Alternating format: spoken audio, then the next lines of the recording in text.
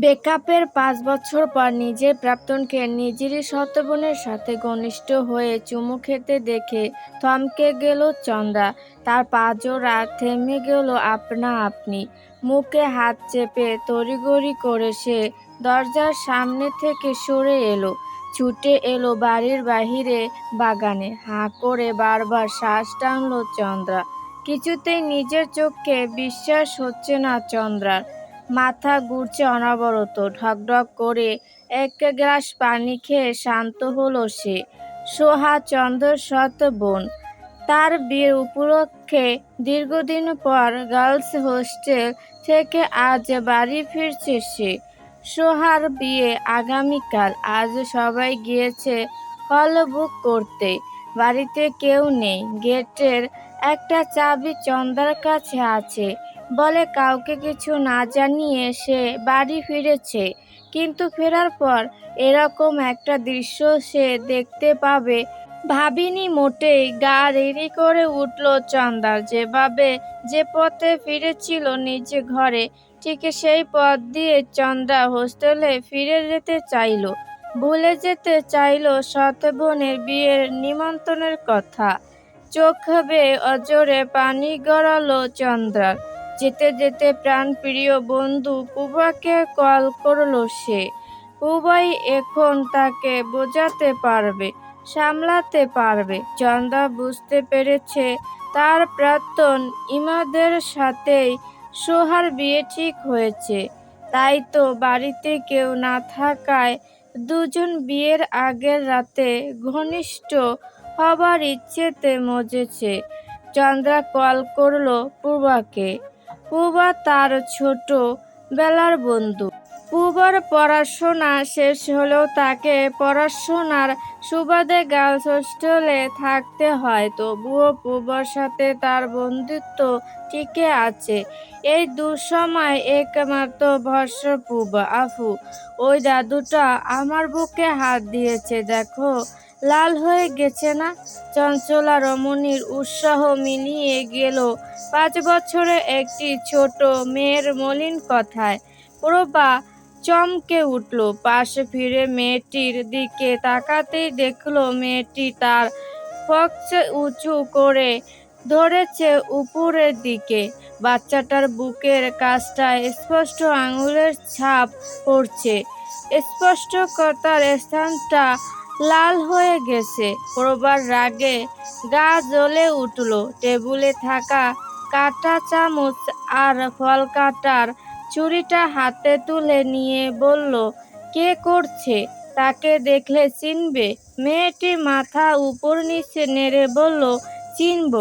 পূবা মেয়েটিকে নিয়ে দ্রুত কদমে ছুটল। পূবা এসেছিল তার বেস্ট ফ্রেন্ড রিক্তার বড় বোনের এনগেজমেন্টে। রিক্তারা বিশাল বড়লোক।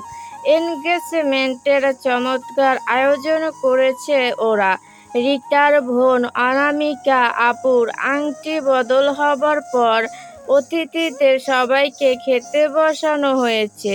পূবা নিজেও পরিষ্কার ঝকঝকে চেয়ারে খেতে বসেছিল। অমনি ছোট মেয়েটি ছুটে এসেছে তার কাছে। টাজ পেয়ে নালিশ জানাতে এসেছে সে, বিচার চাইতে এসেছে। অথচ পূবা বাচ্চাটাকে চেনে না, দেখেওনি কখনো। তবে মিষ্টি বাচ্চাটার মুখে একথা শুনে তার কষ্টে বুকটা ফেটে গেল। যন্ত্রণা হলো হৃদয়ে। মেয়েটির স্পর্শকাতর স্থানে দাগ দেখে দাউ দাউ করে আগুন জ্বলতে শুরু করলো পূবার মস্তিষ্কে। সে কোনো কিছু না ভেবে ছুটে গেল মেয়েটিকে নিয়ে। দূরে দাঁড়িয়ে বাচ্চা মেয়েটি এক বয়স্ক লোকের দিকে আঙুল তাক করে ইশারা করে বলল, ওই যে ওই দাদুটা। পূবা তার গাউনের দুই প্রান্ত তুলে এগিয়ে গেল সেদিকে। ওড়না দিয়ে মুখ ঢাকল সে। স্থান কাল ভুলে বয়স্ক লোকটির কাছে এসে হাসিমুখে বলল, আঙ্কেল, আপনি কি এ বাড়িরই সদস্য? লোকটি পূবার দিকে হাসিমুখে তাকালো, বলল, আমি ছেলের চাচা লাগি। পূবা দাঁত কেলিয়ে হাসল, বলল, আপনি জানেন ওয়াশরুমটা কোন দিকে? লোকটি হাসলো। পান খাওয়া দাঁত বের করে পড়বার মতো প্রাপ্তবয়স্ক মেয়েকে দেখে তার চোখ জোড়া চকচক করে উঠল। মুখ না দেখেও পূর্বার পুরো দেহ দেখে সে ঢোক গিলল। পূর্বা তার লোলুপ দৃষ্টি ঠিকই টের পেল। ভেতরে ভেতরে জ্বলে উঠল সে। বয়স্ক লোকটি পূর্বাকে বলল, চলো আমি নিয়ে যাই। লোকটি এগিয়ে গেল। প্রভা সুযোগ খুঁজে পেল। লোকটার পিছু পিছু যেতে লাগলো সে। ওয়াশরুমের কাজটা একদম ফাঁকা, কেউ নেই এদিকে। ডাইনিং রুমের ডান পাশের উন্মুক্ত ওয়াশরুমটায় ঢোকার আগ মুহূর্তে প্রভা হঠাৎই ওড়নার নিচ থেকে ধারালো ছুরিটা বের করে খুব হিংস্র ভঙ্গিতে লোকটির পেটে চেপে ধরল। লোকটি থবনে গেল। লোকটাকে কোনো পদক্ষেপ নিতে না দিয়েই প্রভা তৎক্ষণাৎ কাটা চামচটা বের করে খুব রাগের বশে লোকটার গলায় গেঁথে দিল। কিন্তু চামচটায় তেমন কোনো কাজ হলো না। লোকটার গলা থেকে সামান্য রক্ত ঝরল। লোকটা ব্যথায় চিৎকার করে উঠল উচ্চ স্বরে। জোর খাটিয়ে প্রভার হাত চেপে ধরল। তার চিৎকারে কেঁপে উঠল বাড়িটা। প্রভা ভয় পেল।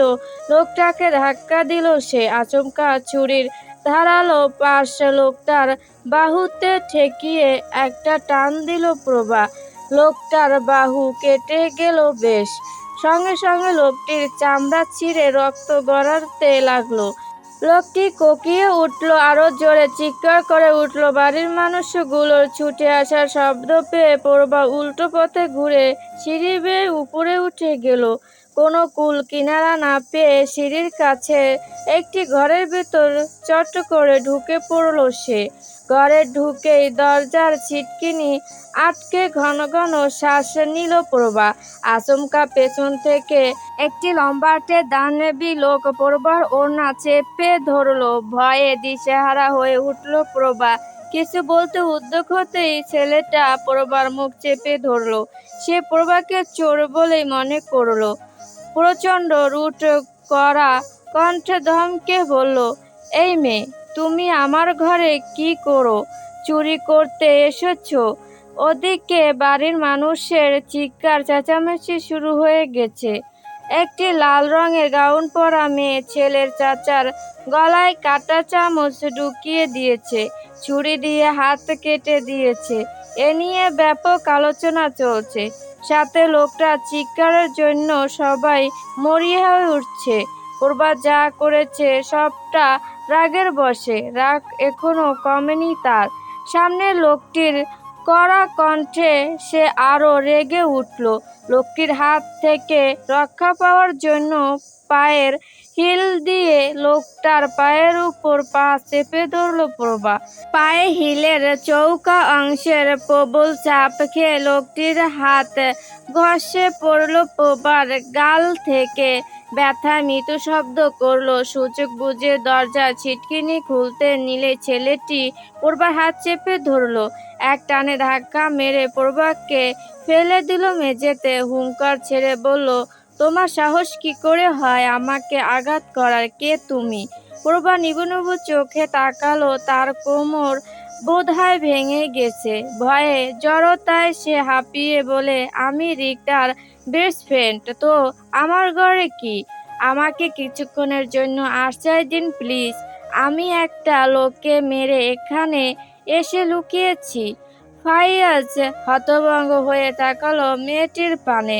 বয়স কত মেয়েটার? 18 কি 19? গায়ে গঠন চমৎকার। লাল রঙের গাউনটা ফর্সা গায়ে খুব মানিয়েছে। এই মেয়েটা কাউকে মেরে কিভাবে লুকাতে পারে?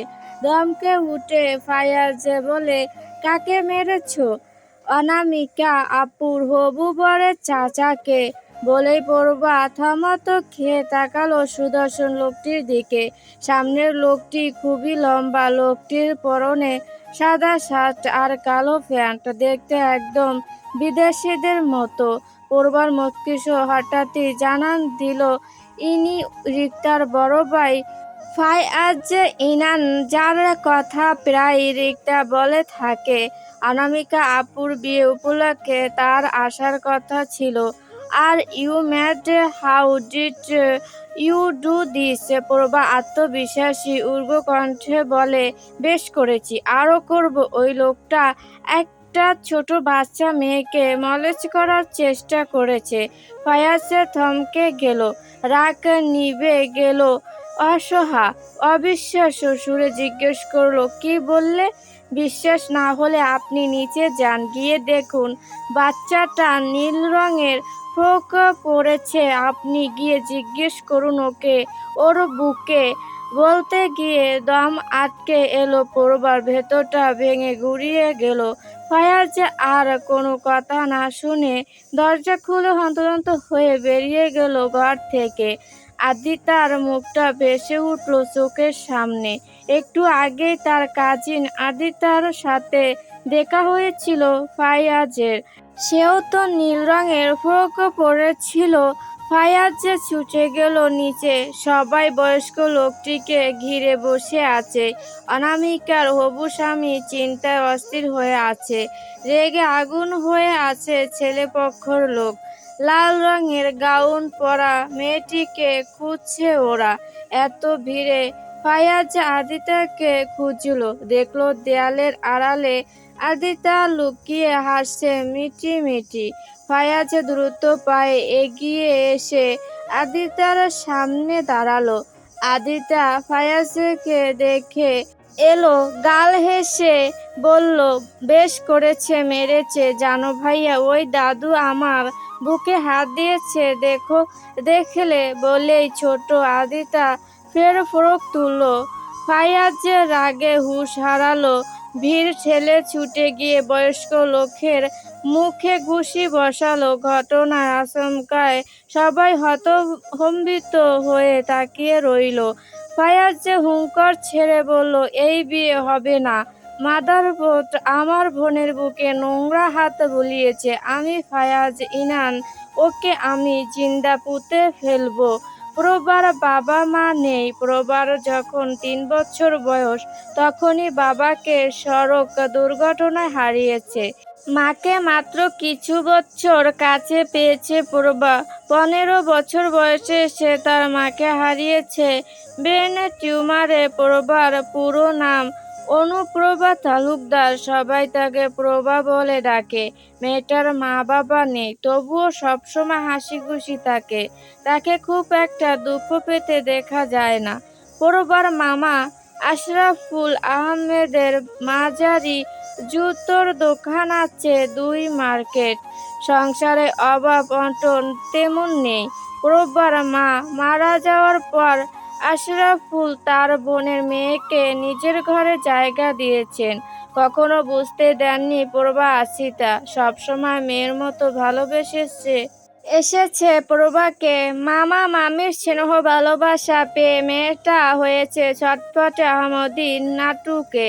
গতকাল অনামিকা আপুর বিয়ে ভেঙে দিয়েছে তারই ভাই ফায়াজ। পিসির ঘটনায় অনামিকা আপুর উড্রবির কোনো দোষ না থাকা সত্ত্বেও বিয়েটা স্থগিত হয়ে গেছে। ও বাড়ির কেউ প্রভাকে কোনো রকম দোষারোপ করেনি। ফায়াজ নিজে সবাইকে জানিয়েছে যে প্রভাই ওই আঙ্কেলটাকে মেরেছে। মারার কারণটাও বলেছে সবাইকে। সবটা জানার পর রিক্তা এতটাই অবাক হয়েছে যে কিছু বলার ভাষা খুঁজে পায়নি। তবে প্রভার এ কাজে সে অন্তত খুশি হয়েছে।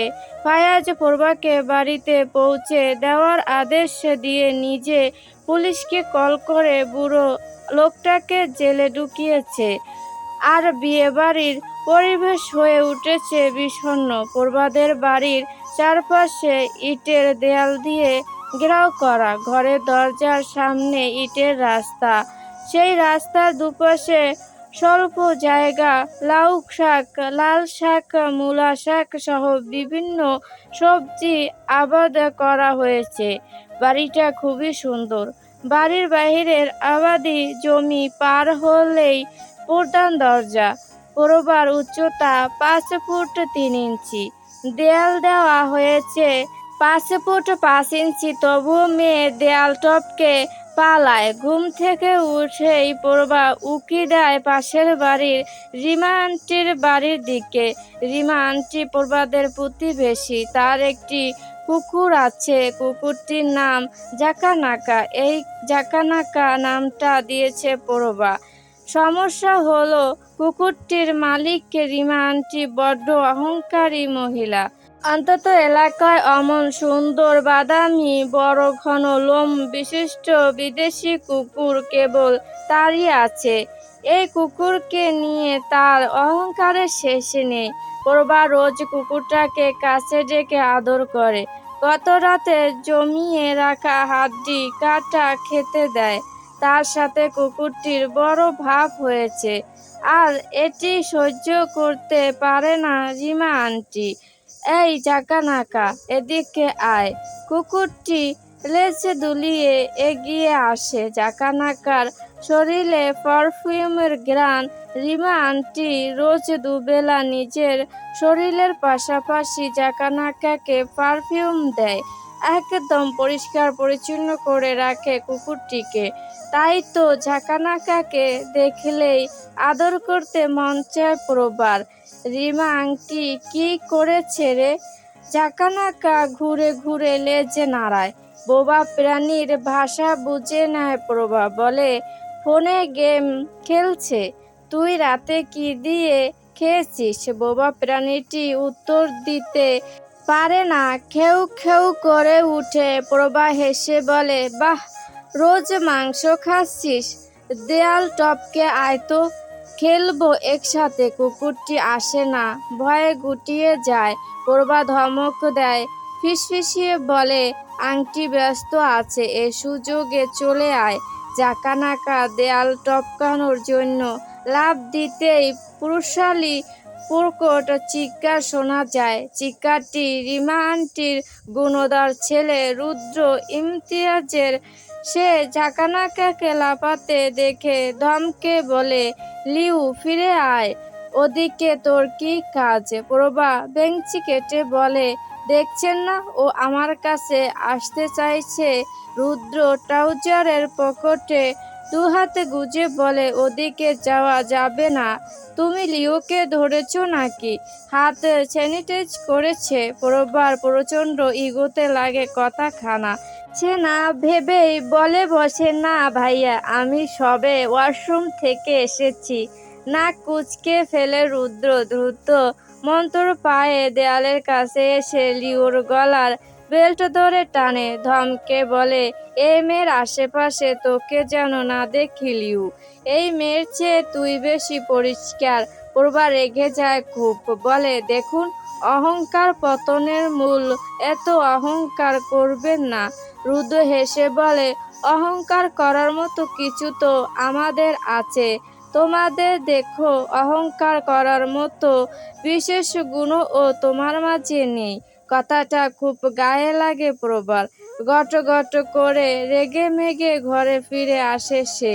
পেছন থেকে রুদ্র জিজ্ঞেস করে, তোমার পুবা আপু কোথায়? প্রভা পিছু না তাকিয়ে বলে, চন্দ্রা আপুর সাথে দেখা করতে গেছে। ভার্সিটির ক্যাম্পাসে জুড়ে শিক্ষার্থীদের আনাগোনা, এদিক ওদিক খাবারের ট্রল, বসার সুন্দর জায়গা, মাঝের ছোট পুকুরটিতে পদ্ম ফুল ফুটে আছে।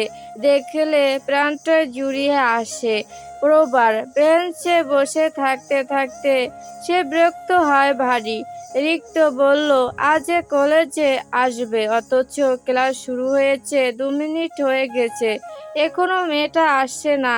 সে না এলে ক্লাসেও ঢুকতে পারছে না প্রভা। হন্তদন্ত হয়ে রিক্তা ছুটে আসে প্রভার কাছে। ঘড়ির দিকে চেয়ে চোখে চশমা ঠেলে বলে, এই তুই ক্লাসে যাসনি? প্রভা হাসে, বলে, আমি গেলে তুই একা একা কান ধরে দাঁড়িয়ে থাকবি, তা কি আমার সহ্য হবে? রিক্তা হাসে গাল ভরে, কাঁধের ব্যাগ ধরে বলে, চল তাহলে গিয়ে শাস্তি ভোগ করি। রিক্তা পড়াশোনায় ভালো, টপারের পরই তার নামটা আসে। ক্লাসের শিক্ষকরা তাকে খুব পছন্দ করে। পড়বার পাশাপাশি রিক্তাকে দেরি করে কলেজে আসতে দেখে মিচি খুব করে বকলেন। প্রভাকে শুনিয়ে শুনিয়ে বললেন, সঙ্গ দোষে লোহা ভাসে। রিক্তা, তুমি ভালো ছাত্রী, তোমাকে নিয়ে আমাদের অনেক আশা আছে। তুমি প্রভার সাথে মিশে দিন দিন খুব ফাঁকিবাজ হয়ে যাচ্ছ। এরকমটা করলে আমরা তোমার প্রিন্সদের জানাতে বাধ্য হব। মিস ওদের বকা শেষ করে বাকিদের পড়াতে শুরু করলে প্রভা মুখ চেপে অট্টহাসি দেয়। তার হাসি দেখে রিক্তা রেগে যায়, বলে, এত অপমান করলো তবু হাসছিস প্রভা? প্রভা বলে, ও মা, আমার হাসি পাচ্ছে, আমি কি করব, হাসি আটকাতে পারছি না বলেই মুখ চেপে হাসতে হাসতে গড়িয়ে পড়ে প্রভা। রিক্তা বুঝে উঠতে পারে না এতগুলো কথা শোনার পরেও কেউ কি করে এত হাসি খুশিতে মেতে থাকতে পারে। এই মেয়ের কি মন খারাপ হয় না? ছুটি হতে প্রভা ছুটছে ফুচকার দোকানে। রিক্তা তার সঙ্গী হয়েছে। দুজনের যেন গলায় গলায় ভাব, অথচ দুজনের ভাবনা চিন্তা সব ভিন্ন। বেঞ্চে বসে প্রভা বলে, চাচা 2 প্লেট ফুচকা দিন, ঝাল বেশি করে দেবেন।